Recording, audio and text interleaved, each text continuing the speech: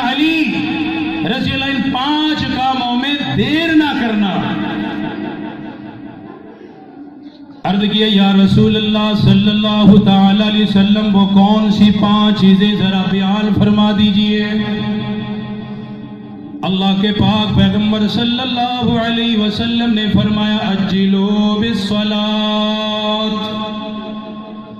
پہلی وصیت میں کر رہا ہوں جب نماز کا وقت آ جائے نماز پڑھنے میں کبھی دیر نہ کرنا.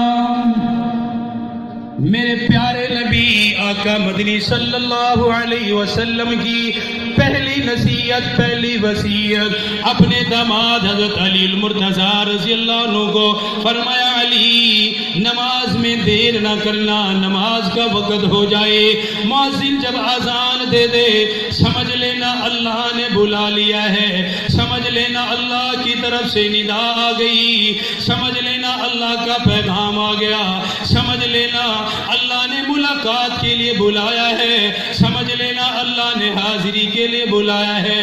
ادھر سے اذان کی آواز آئے علی نماز میں دیر نہ کرنا, نماز میں دیر نہ کرنا. نماز کا وقت ہو جائے فوراً نماز کے لیے روانہ ہو جانا.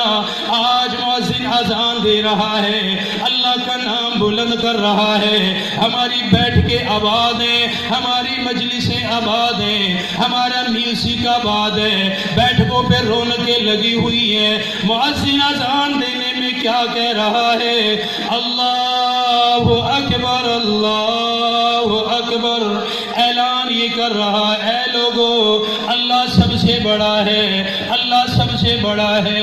جب وہ سب سے بڑا ہے اسی کے در میں آ جاؤ. اس بڑے رب نے تمہیں بلایا ہے, اس بادشاہ نے تمہیں بلایا ہے, اس احکم الحاکمین نے تمہیں بلایا, اس مالک کائنات نے تمہیں بلایا.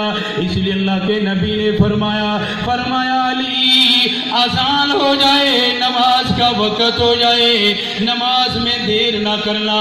اتنے سارے احباب تشریف لائے, مولانا نے خرچہ کیا, آپ نے چندہ دیا, چندے سے یہ پروگرام ہوا, ایک بندہ بھی نمازی بن گیا. انشاءاللہ یہ پیسہ کام آ گیا, یہ پروگرام قیمتی بن گیا. میں آپ حضرات سے گزارش کروں گا اللہ کے نبی نے اپنے داماد کو وصیت کی علی نماز میں دیر نہ کرنا.